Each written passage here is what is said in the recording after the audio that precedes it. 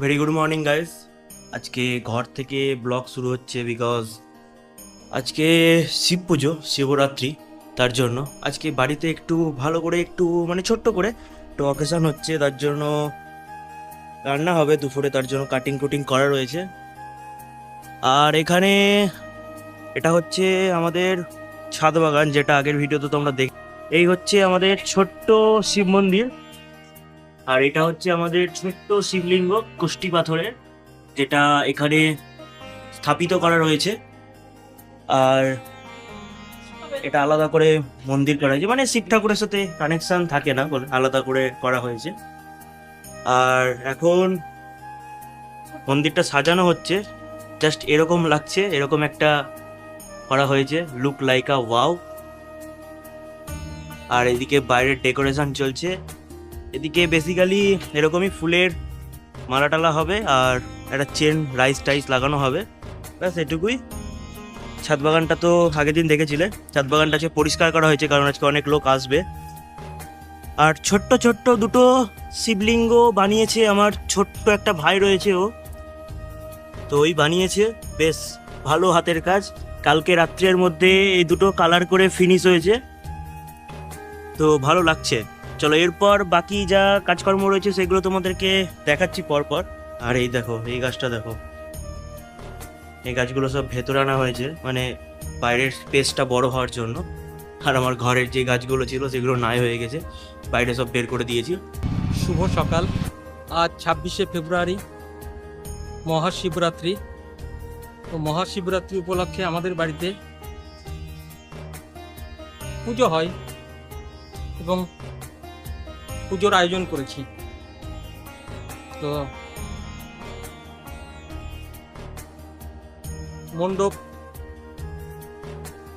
সাজানোর কিছুটা কাজ হয়ে গেল, তবে আস্তে আস্তে মণ্ডপ সাজানো হবে এবং ধাপে ধাপে যে কাজগুলো আমরা করব তা কিছু কিছু দেখানোর চেষ্টা করব।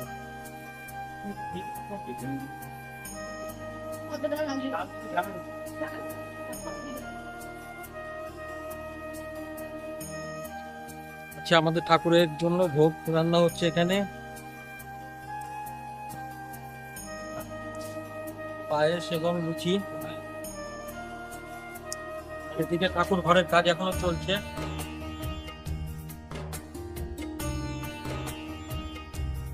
এখানে ভক্তদের খাওয়ানোর জন্য একটু ব্যবস্থা করেছি, পোলাও রান্না হচ্ছে।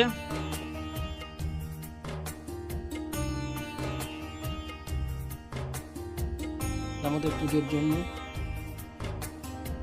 প্রসাদ, মিষ্টান্ন প্রসাদ তোলা হলো।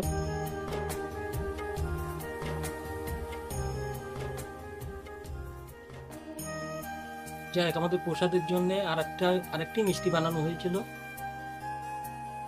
তো সেটাকে দেখানো হলো।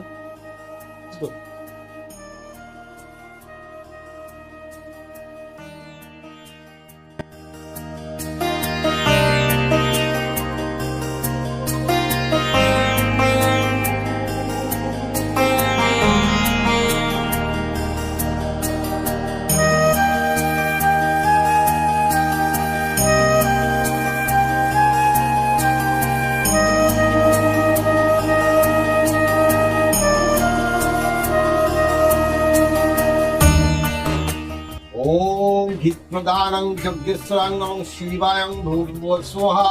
ओम भित्राय यज्ञेश्वराय नमः भूर्भुवः स्वः। ओम भित्राय यज्ञेश्वराय नमः शिवाय पंकलं भूर्भुवः स्वः।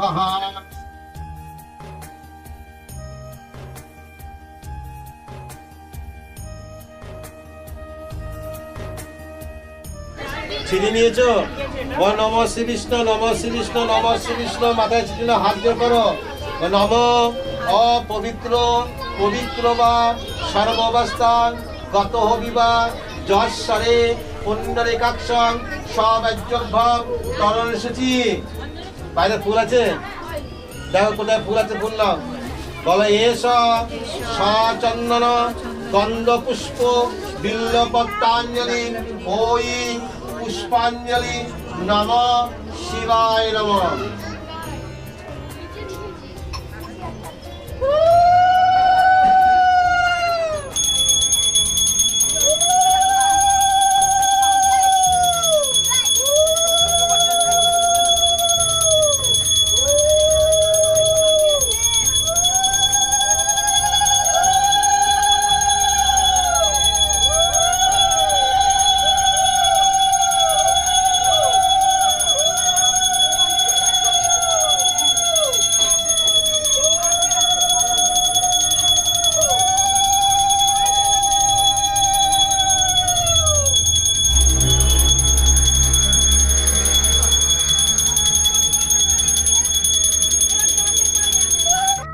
next day.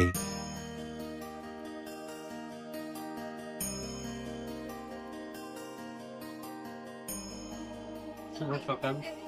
আমাদের শিবরাত্রি দ্বিতীয় দিন বৈকের পর্ব চলছে। এখন আমাদের ঠাকুর মাথায় চলে এসেছে, পুজোয় বসবে।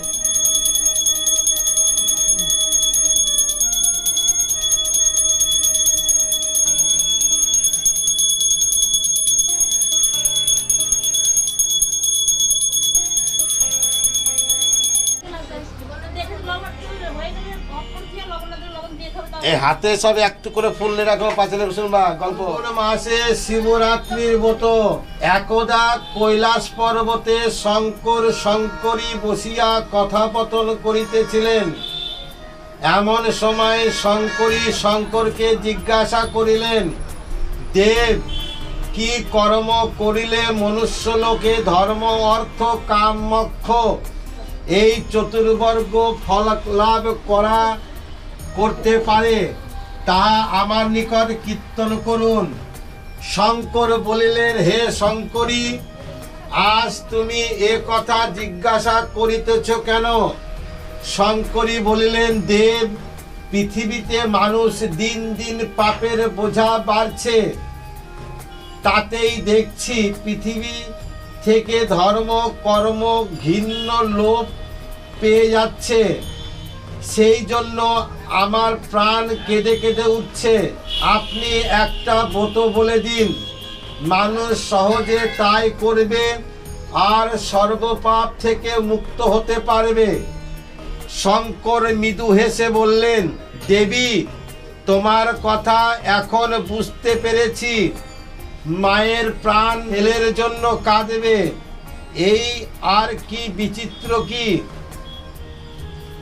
শোনো বলি, ফাল্গুন মাসে কৃষ্ণপক্ষে যে চতুর্দশী তিথি এবং ওই দিনে যে ভয়ঙ্কর রাত্রি হয় তাকেই শিবরাত্রি বলা হয়।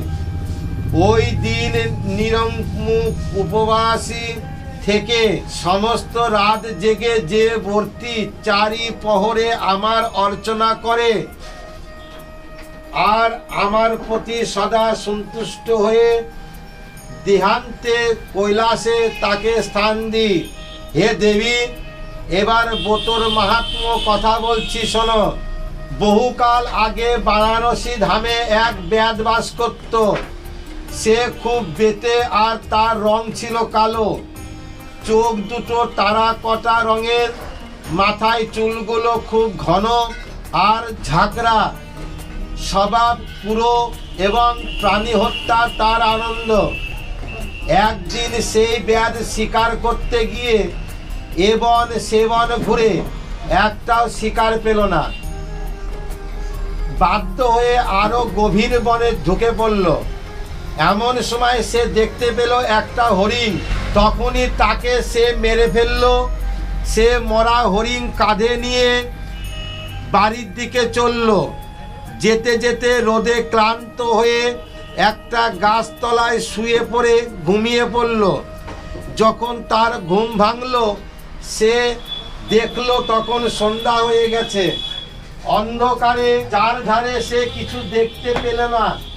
হাতড়াতে হাতড়াতে একটা বেল গাছ ধরে তার উপর উঠে হরিণটাকে একটা ডালে বেঁধে আর একটা ডালের সঙ্গে ধনুকের দড়ি দিয়ে বেশ করে বেঁধে জেগে রইল।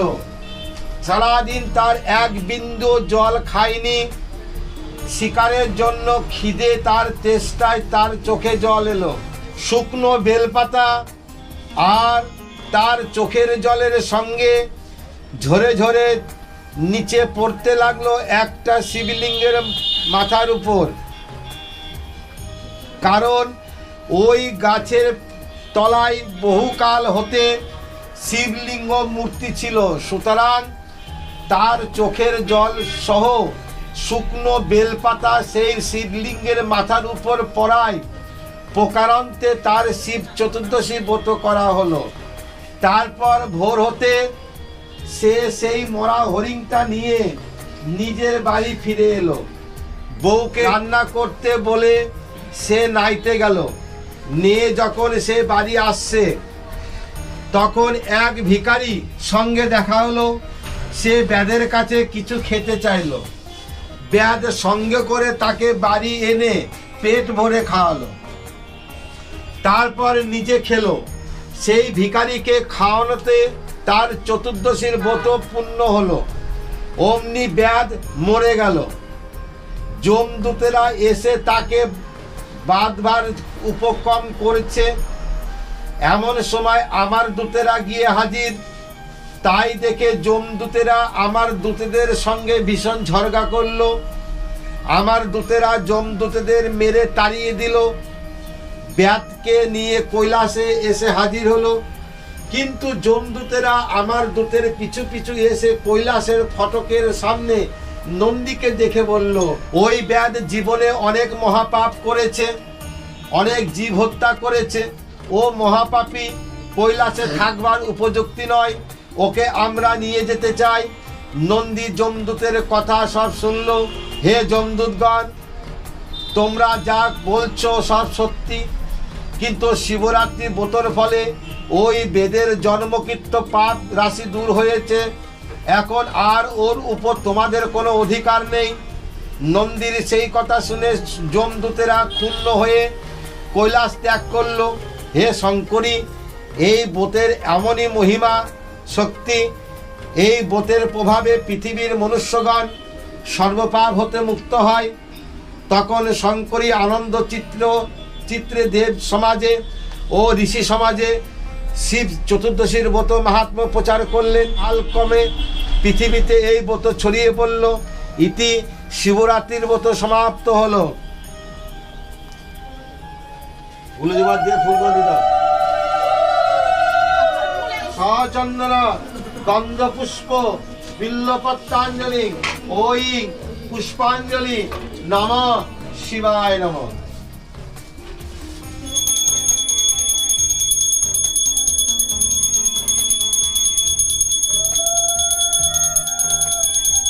আমাদের পুজো সম্পূর্ণ হলো। দেখা না দিলে বন্ধু কথা কইও না।